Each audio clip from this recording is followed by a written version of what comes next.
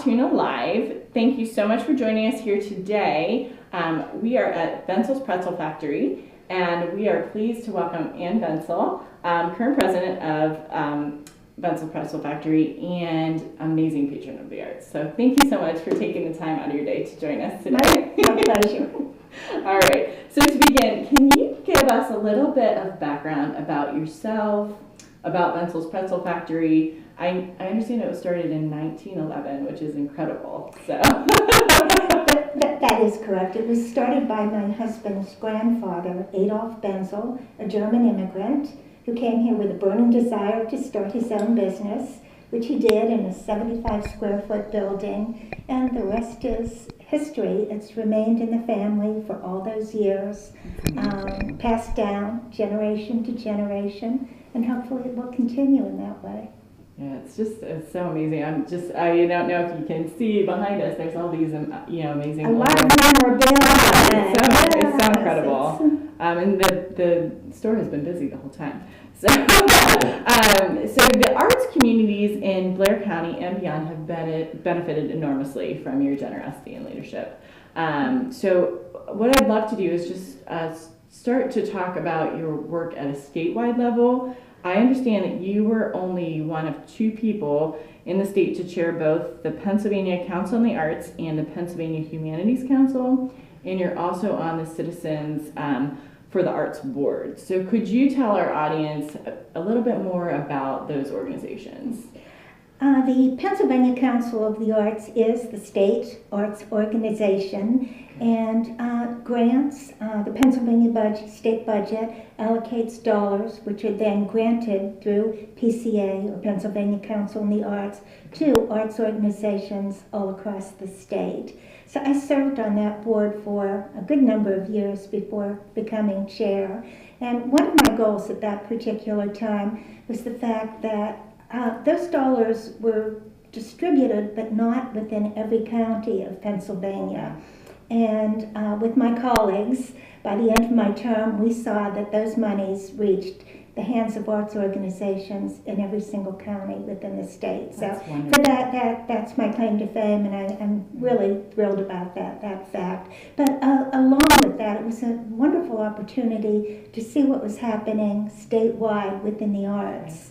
And it was great to bring some ideas back home, but always, to me, it was absolutely amazing to find how much local arts organizations could accomplish with so few dollars, right, and how much those dollars, those grant dollars, meant to the organizations in our area.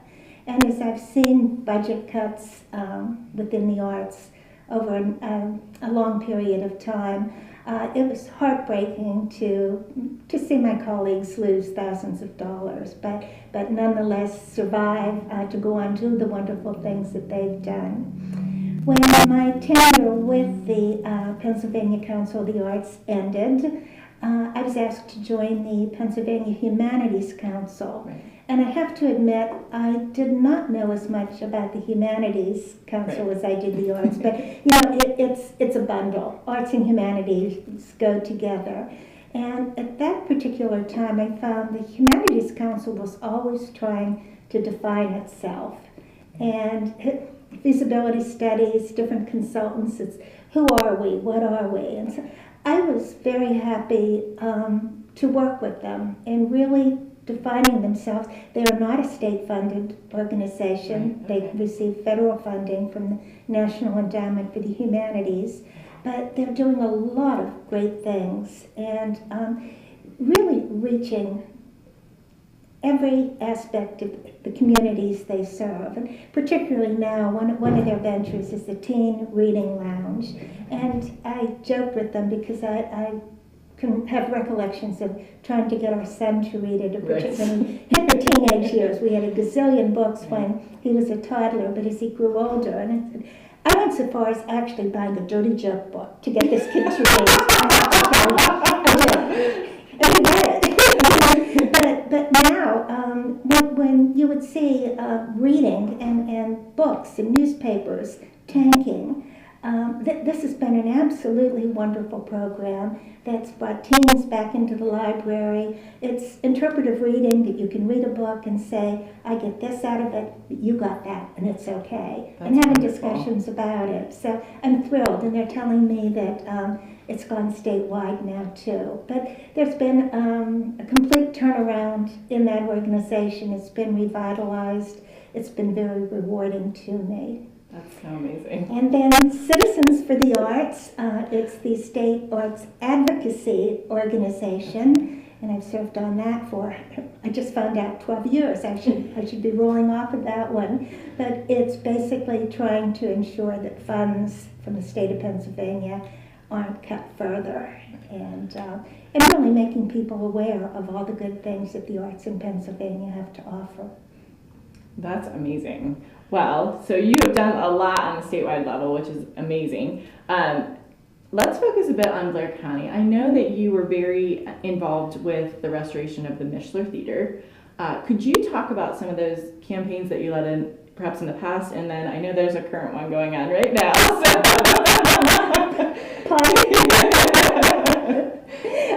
It seems, you reach a point where your friends open the door this far, you've really pushed your luck with the fundraising. In this community, it's the same handful of people that support, same businesses that seem to support every arts organization, and it's an opportunity to say my hat's off, thank you to all of them, because no matter what the cause, we go to them with our hand out, and they never say no. And without them, our arts organizations truly would not exist. But, oh yes, the Mishler. I have gone through so many campaigns with that. When we started that restoration way back when, it was when the walls were falling down, and the ceiling was painted black, and all of those things. The campaigns were so varied. I mean, we did things. We had a brick campaign as we tried to repair the mortar that was falling off of the building. And school children, actually, the big plastic pretzel barrels we took out, and kids filled that with pennies. I still have recollections of the nicest letter I got from a gentleman up in Crescent who told me he remembered the girly shows way back when in his time, and he sent me $5. But and just wonderful stories and wonderful memories. We had Marilyn Monroe look-alike contests.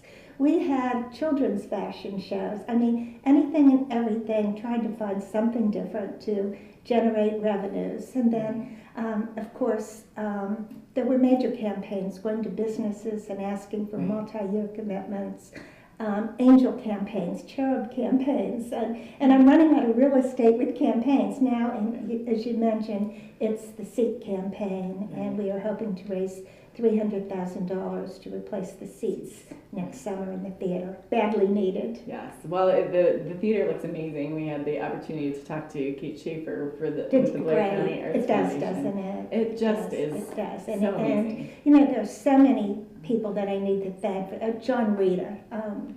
It's just amazing to work with, and the work that he did when we were doing this. If I were to give you a dollar figure for what we put on some of those projects, it's mind-boggling. I mean, that gorgeous, gorgeous ceiling, I think all I had was $200,000 to spend. And John spent his entire summer in that theater at 110. It was before air conditioning. But it's a great story, and one that theater belongs to the community. It truly does. Yes. Well, thank you for your work with that. Yeah. Now, I know you're a board member and a past president of the Board of Trustees for the Southern Alleghenies Museum of Art. Yes. Could you share with our viewers a little bit about the Arts and Education Program? I know that you were very involved with that, and I think they have the upcoming Think Pink fundraiser. Yes. Correct. So could you tell us a little bit more about those things? Some of my other passion. I absolutely love the museum, and truly that's where my volunteerism and association with the arts really began, was back in Santa. And it was at a time in my life when I had some extra time, was looking for something to do, and it was come on out and help us. And I absolutely fell in love with it, the people, what they were doing, the accomplishments, and what they'd hoped to do. So it's been a long, long relationship with Santa, and a special place in my heart. The Arts and Education program, we realized early on that people needed to be educated about the arts in many respects, and not just children, but adults alike, but primarily children. And we actually worked with the Pennsylvania Council of the Arts at that time to take art into public schools.